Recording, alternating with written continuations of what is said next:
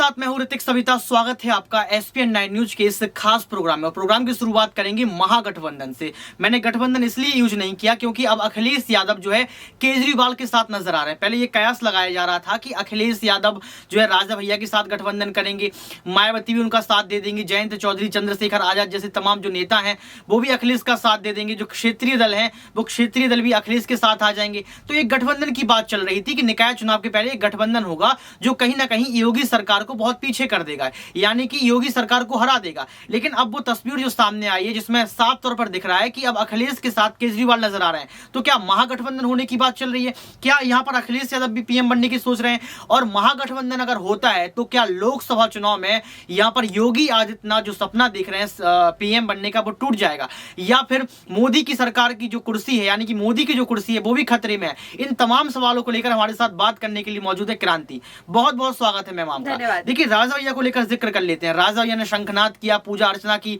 ये कयास लगाया गया कि ये शंखनाद कहीं ना कहीं इशारा करता है कि अब अखिलेश यादव के साथ राजा भैया जो है गठबंधन करेंगे। इसके बाद आपने देखा कि मायावती ने प्रेस कॉन्फ्रेंस की।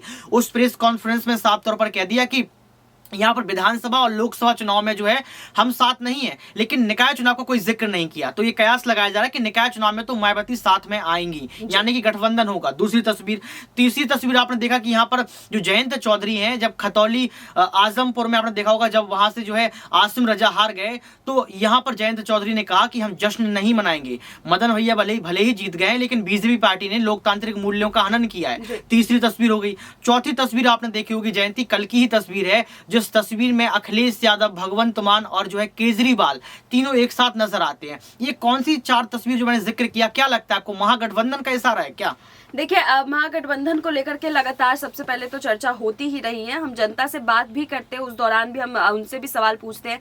जब उनकी तरफ से भी रिएक्शन ये होता है कि गठबंधन इस बार जरूर होगा। पिछली बार भी गठबंधन हुआ था लेकिन जीत नहीं पाई थी टीम कोई भी, लेकिन अगर इस बार गठबंधन होता है तो जाहिर सी बात है कि इस बार जीत हो सकती है। तो देखिए, यहाँ पर जो है ये बड़ा मुद्दा उस समय उभर करके सामने आया था और उस बड़े मुद्दे के ऊपर चर्चा हुई थी। लेकिन आज जो स्थिति दिखाई दे रही है, यानी कि जो तस्वीरें दिखाई दे रही है, उन तस्वीरों को देख करके भी यही माना जा सकता है कि इधर से सारे के सारा फोकस जो है वो इसी तरफ होकर के जा रहा था, जहां पर ये चीजें देखने को मिल रही थी कि इन तस्वीरों के माध्यम से जो है यहाँ पर गठबंधन की नींव रखने के लिए यहाँ बीजेपी को इशारा किया जा रहा है। क्योंकि आप देख सकते हैं कि एक तरफ तो भले ही राहुल गांधी से थोड़ी दूरियां बना रहे हो, या फिर यहाँ पर चाचा शिवपाल के साथ आपको याद होगा कि स्टार्टिंग में जो है थोड़ी दूरियां दिखा रहे थे अखिलेश यादव कि नहीं आगे चल के हम साथ नहीं रहेंगे, लेकिन देखिए एकदम से फैसला आ जाता है कि हम साथ में है।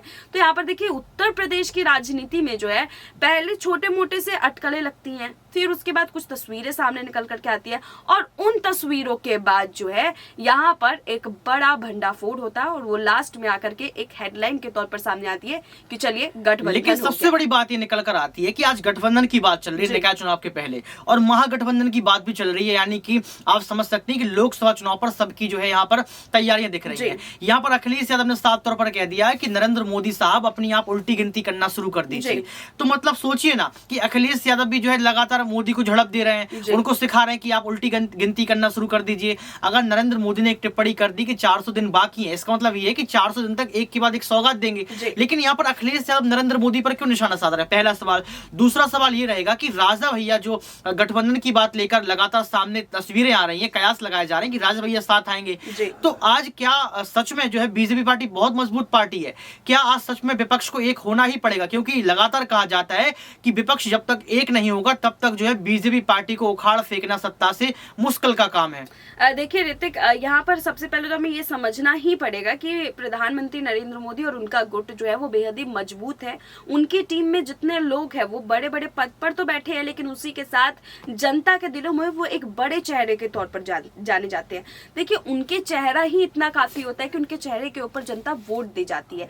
तो आप समझिए कि यहाँ पर जो बड़े चेहरे इस वक्त उनके पास शामिल है, उन बड़े चेहरों की अगर हम हिस्ट्री निकाल के देखेंगे तो हमें पता चलेगा कि वो पहले समाजवादी पार्टी में थे, कांग्रेस में थे या अन्य पार्टियों में थे, और आज वो उसमें से निकल करके बीजेपी में गए हैं। जब बीजेपी मजबूती के तौर पर आगे बढ़ रही थी उस दौरान हमने ये चीज देखा था कि तमाम जो ऐसे बड़े बड़े दल के बड़े नेता थे उन पर फोकस करके बीजेपी ने उनकी नींव हिलाई और उनको अपनी पार्टी में कर लिया। तो देखिए, आज बीजेपी मजबूत है, इसमें कोई संशय नहीं है। है, कोई सवाल नहीं है, क्योंकि उनके पास वो तमाम बड़े नेता मौजूद है।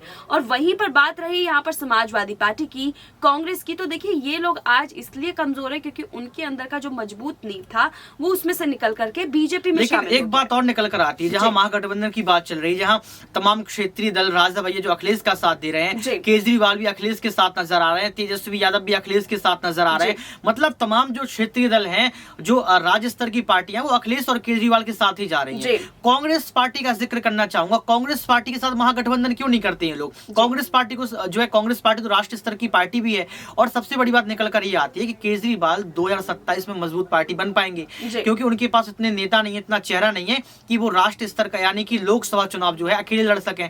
तो अगर केजरीवाल कांग्रेस के साथ चले जाएं, अगर अखिलेश यादव कांग्रेस के साथ चले जाएं, तब तो महागठबंधन होगा ना। महागठबंधन तो तब होगा जब सारी पार्टियां एक साथ आ जाएं। लेकिन कांग्रेस पार्टी को तमाम जो नेता हैं, अखिलेश यादव, केजरीवाल, राजा भैया, जयंत चौधरी, मायावती, इसको दूर क्यों रख रही हैं? देखिए यहाँ पर आपको ये चीज जरूर समझना होगा कि पार्टियां भले ही स्टार्टिंग में कुछ भी कहती, क्योंकि अपनी बातों को अगर वो सामने नहीं रखेंगी तो जाहिर सी बात है कि फिर वो पार्टियां किस लिए हैं। अगर कांग्रेस के सामने ये ऑफर आया कि आप समाजवादी पार्टी के साथ मिल करके जो है उत्तर प्रदेश में चुनाव लड़े, अगर वहां पर कांग्रेस जो है हर बात में हामी भर देगी कि नहीं चलिए सीएम चेहरा भी आपका ही होगा, यहाँ पर जो है उप मुख्यमंत्री भी आपके ही होंगे, तो देखिए फिर कांग्रेस का अस्तित्व क्या रह जाएगा? कांग्रेस फिर एक सपोर्टिव पार्टी के तौर पर कहलाएगी। वही सेम चीज समाजवादी पार्टी का आप उल्टा करके देख लीजिए, वाइस वर्सा कर दीजिए इसका, तो फिर समाजवादी पार्टी का क्या अस्तित्व रह जाएगा? तो देखिए यहाँ पर गठबंधन से पहले ये नोकझोंक जो है वो आम सी बात है। इस नोकझोंक के बाद चलिए एक बड़ा सा टीला बनता है जिसके अंदर जो है ये बातें रखी जाती है कि ठीक है इस पोस्ट पर आपका नेता, तो क्या लगता है आपको कि कांग्रेस पार्टी भी साथ दे देगी? क्या कांग्रेस पार्टी के साथ ही तमाम नेता मिल जाएंगे आने वाले वक्त में? बिल्कुल, यहाँ पर मैं ये चीज कह सकती हूँ कि कांग्रेस पार्टी जो है वो इस वक्त जो है विपक्ष का साथ देती हुई नजर आ रही है, और ये हमने हर जगह देखा है। अरविंद केजरीवाल के साथ उनका 36 का आंकड़ा रहता है जिसके खिलाफ वो आवाज उठाते रहते हैं। हाँ। लेकिन आप देखिए कि अभी भारत जोड़ो यात्रा के तहत उन्हें भी अपने साथ जोड़ने की कोशिश उन्होंने की। तो आप समझ सकते हैं कि जब इतने बड़े दुश्मन, जो कह सकते हैं राजनीति के सबसे बड़े दुश्मन, एक तरफ जो है केजरीवाल ही इस वक्त कांग्रेस के लिए दिखाई दे रहे हैं, उसकी तरफ अगर उनका झुकाव बढ़ सकता है सिर्फ और सिर्फ बीजेपी को हराने के लिए, तो जाहिर सी बात है कि यहाँ पर जो है कांग्रेस अपनी तरफ से कोशिश करेगी। अखिलेश यादव के साथ तो उनकी दोस्ती भी थी पहले, तो उनको अपने साथ लाने में वो हिचकिचाएंगे नहीं। अब बिल्कुल देखिए, ये सबसे बड़ी बात निकल कर आ रही है कि यहाँ पर क्रांति ने भी जिक्र किया कि कांग्रेस पार्टी भी केजरीवाल के साथ जा सकती है, या तमाम क्षेत्रीय दल राज्य स्तर की पार्टियां भी कांग्रेस पार्टी के साथ जा सकती है। मतलब महागठबंधन सारी पार्टियां मिलकर करेंगी। तो सबसे बड़ी बात निकल कर यही आती है कि बीजेपी पार्टी फिर बहुत मजबूत पार्टी है जब महागठबंधन करना पड़ रहा है। और सबसे अहम बात ये भी निकल कर आती है कि निकाय चुनाव एक छोटा सा चुनाव माना जाता है, लेकिन उत्तर प्रदेश का निकाय चुनाव किसी विधानसभा चुनाव से कम नहीं होता है। 17 जिला है, और 75 जिले हैं, और 75 जिले में ये देखा जाता है कि हर एक जिला में मेयर बैठता है। लखनऊ में सबसे बड़ा मेयर बैठा जाता है। तो यहाँ पर मेयर की भी लड़ाई है, पार्षदों की भी लड़ाई है। तो निकाय चुनाव के पहले जिस तरीके से राजा भैया का अखिलेश को साथ मिल जाना, मायावती का अखिलेश को साथ मिल जाना, तमाम नेताओं का जो है अखिलेश का साथ मिल जाना, ये तय कर देता है कि अखिलेश यादव भी जो है 30 साल पुरानी पार्टी राष्ट्रीय पार्टी बनने के कगार पर है। आज नहीं तो कल अखिलेश यादव भी राष्ट्रीय पार्टी बन जाएंगे। और यही सबसे बड़ा कारण है कि आज अखिलेश यादव के साथ केजरीवाल नजर आ रहे हैं।